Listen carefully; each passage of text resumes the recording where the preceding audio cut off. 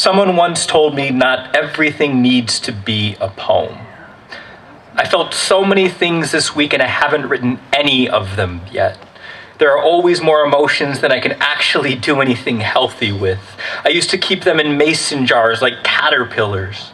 They might have grown wings if their overpopulation hadn't overwhelmed the structure and shattered the glass. What else could I do but watch them wriggle among shards? A mess of all the sharp and all the soft things I keep to myself. Not everything needs to be a poem. I've been distracting myself this week, stubbornly playing every roguelike game I can find. Neon, Abyss, Hades, Children of Morta, Enter the Gungeon, Exit the Gungeon, try not to get stuck in the gift shop at the Gungeon. Sometimes I die early in the run, sometimes I die after a frustrating amount of progress still leads to death. Sometimes I beat the game and it starts over.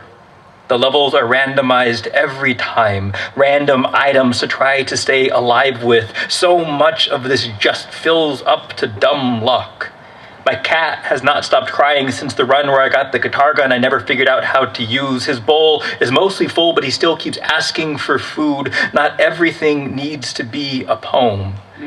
I tell my therapist it's been a year this last week, and she knows exactly what that means for me. I don't entirely know how I feel about that. I tell her I appreciate the progress she sees me making, but I still feel stuck. Stagnancy now feels like crawling my way out of something murky, a shallow filth to drown in only to be stuck in cleaner water, a nicer environment, but no less a feeling of being stuck.